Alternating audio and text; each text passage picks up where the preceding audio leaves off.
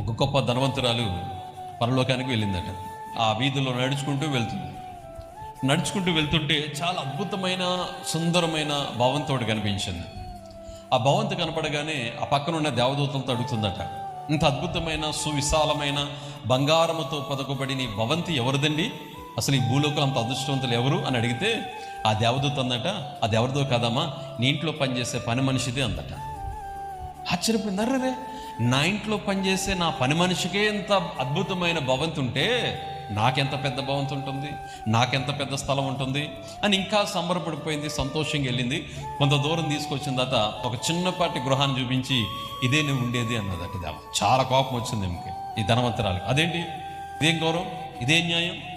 నా ఇంట్లో పనిచేసేది, నేను పెట్టేది తినేది, నేను ఇచ్చే జీతం తీసుకునేది, అలాంటి పని మనిషికేమో అని అంత పెద్దది ఇచ్చి, ఈ భూలోకంలో నేను మంచి ఉద్యోగం చేశాను, ఉన్నతమైన స్థానంలో ఉన్నాను, దేవుని మందిరంలో ప్రధానమైన పాత్రగా ఉన్నాను, అన్నిట్లో ముందుండేదాన్ని, నాకేంటి చిన్న ఇల్లు ఇచ్చారంటే ఆ దేవదూత ఉందట, అమ్మా నువ్వు భూమి మీద ఉన్నప్పుడు నీవిచ్చే సమయం దేవునికి తక్కువ ఇచ్చావు. భూమి మీద ఉన్నప్పుడు నీ ఇంట్లో పనిచేసే పని మనిషి దేవునికి ఇచ్చే సమయం దేవునికి ఇచ్చింది. నీకంటే ఎక్కువ భక్తి కలిగి ఉంది, ఉన్న దాంట్లోనే సమృద్ధిగా, ఉన్న దాంట్లోనే హృదయపూర్వకంగా అన్న విషయాల్లో దేవుని గణపరిచింది. అందుకంటే నీకంటే ఆమెకి ఎక్కువగా ఏమివ్వబడింది? ఎక్కువ స్థలం ఇవ్వబడింది, సుందరమైన భవంతి ఇవ్వబడింది.